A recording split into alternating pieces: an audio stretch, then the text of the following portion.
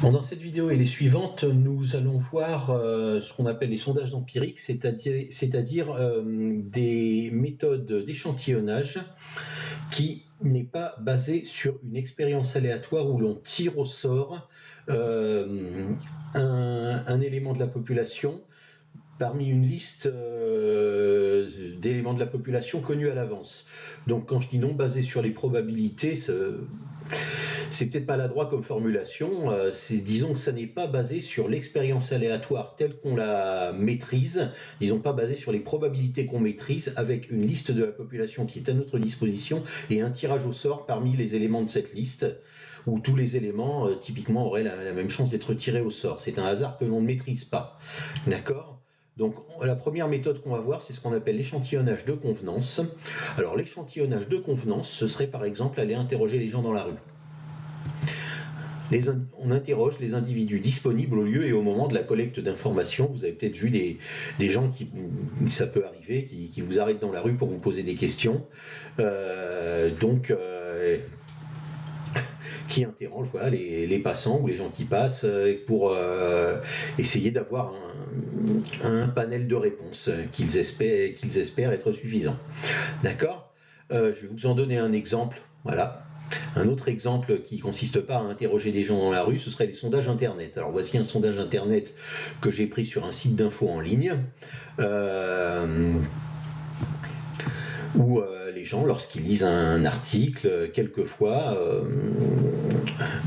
on leur demande de répondre à un sondage, ils cliquent sur la réponse de leur choix, ils cliquent sur voter, et ils voient en général immédiatement s'afficher les réponses qui ont été collectées jusqu'à présent.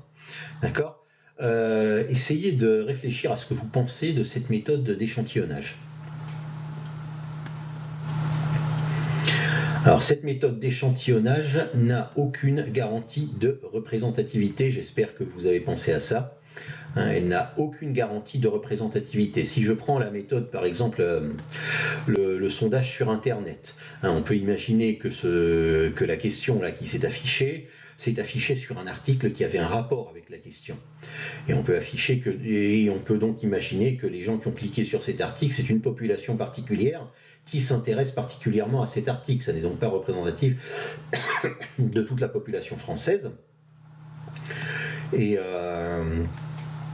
même parmi ceux qui lisent cet article, tous ne cliqueront pas. Ceux qui cliquent, ils seront particulièrement motivés pour cliquer. Et ceux qui sont particulièrement motivés, il peut arriver qu'ils aient des avis qui ne soient pas représentatifs de la population française parce qu'il y a des avis sur certaines questions qui motivent plus que d'autres avis.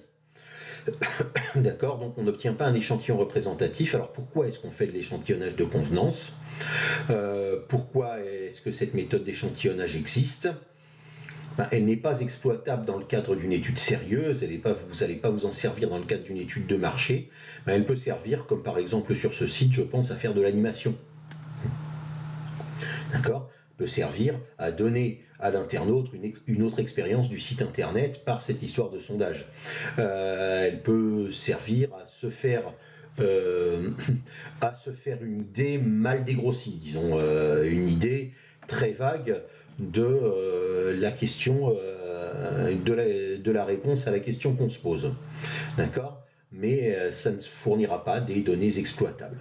Néanmoins, ça reste une méthode d'échantillonnage que vous pourrez éventuellement appliquer si les circonstances s'y prêtent en sachant ce qu'elle vaut.